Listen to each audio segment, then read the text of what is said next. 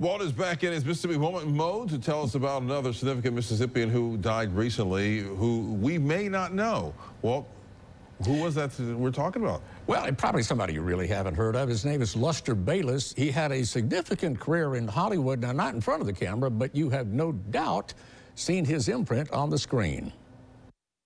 I first met Bayless at his Hollywood Costume Museum in Rouville. Luster owned the American Costume Company in Hollywood and outfitted, as he told me, more movies than he could remember. And for many years, he'd bring some of those original outfits from those movies back to Rouville and display them in his museum. His company supplied costumes for TV shows and movies like The Thornbirds, Little House on the Prairie, The Titanic, Seabiscuit, Apocalypse Now, and about a jillion more. He worked on a bunch of Disney movies and met John Wayne while outfitting the movie McClintock. And then from then on, Luster was the exclusive costumer for John Wayne movies all the way through his last movie, The Shootist. Luster told me the most important part of a costume is the hat, because that's what the camera concentrated on, the face and the head.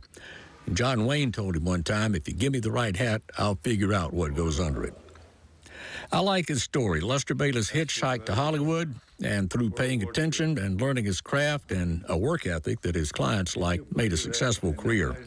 And I appreciate him bringing a little taste of Hollywood back to Mississippi in his museum while it lasted.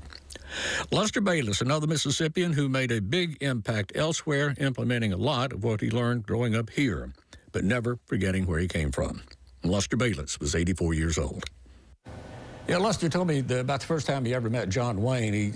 Luster was working on a movie set and just walked up to John Wayne and introduced himself.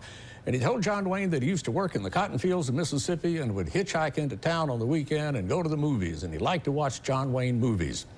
So Mr. Wayne asked him, well, what was the last one he had seen? And Luster told him, and so John Wayne asked him how he liked it. And Luster said, well, it was okay, but he had seen better.